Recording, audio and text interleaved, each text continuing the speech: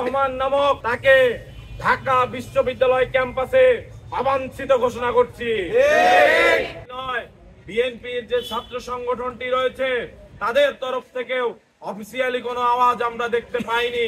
ঢাকা বিশ্ববিদ্যালয় এর শিক্ষার্থীরা 1921 সাল থেকে আজ পর্যন্ত যতগুলো আজাদীর আন্দোলন হয়েছে সবগুলোতে সম্মুখ সমরে থেকেছে এবং 24-এর গণ অভ্যুত্থানের নেতৃত্ব দানকারী অধিকাংশ ব্যক্তিবর্গ এই ঢাকা বিশ্ববিদ্যালয়ের মাটি থেকে উঠে এসেছে।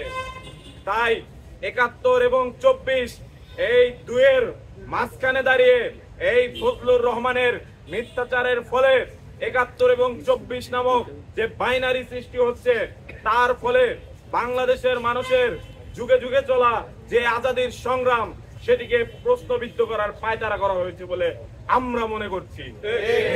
আমরা ঢাকা বিশ্ববিদ্যালয়ের শিক্ষার্থীবৃন্দ আমরা আমাদের সমন্বিত শিক্ষার্থী সংসদ প্যানেলের পক্ষ থেকে ফজলুর রহমান নামক যে দৃষ্টপূর্ণ মন্তব্যকারী তাকে ঢাকা বিশ্ববিদ্যালয় ক্যাম্পাসে অবাঞ্ছিত ঘোষণা করছি।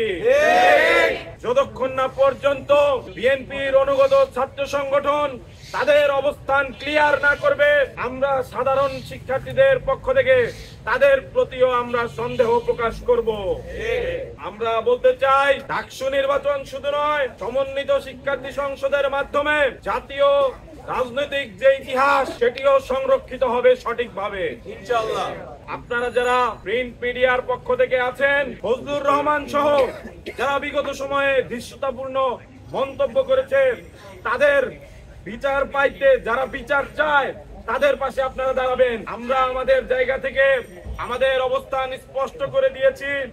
যদি ভবিষ্যতেও কেউ 24-এর গণ অভ্যুত্থান নিয়ে ধৃষ্টতাপূর্ণ মন্তব্য করে আমরা সম্মিলিত শিক্ষার্থী সংসদের পক্ষ থেকে প্রতিবাদ জানাবো এবং ফজলুর রহমান যদি ঢাকা বিশ্ববিদ্যালয় ক্যাম্পাস এবং তার আশেপাশের কোন এলাকায় আসে তাহলে আমি মাহিন সরকার এবং সমন্বিত শিক্ষার্থী সংসদ মিলে তাকে প্রতিহত করা হবে ইনশাআল্লাহ।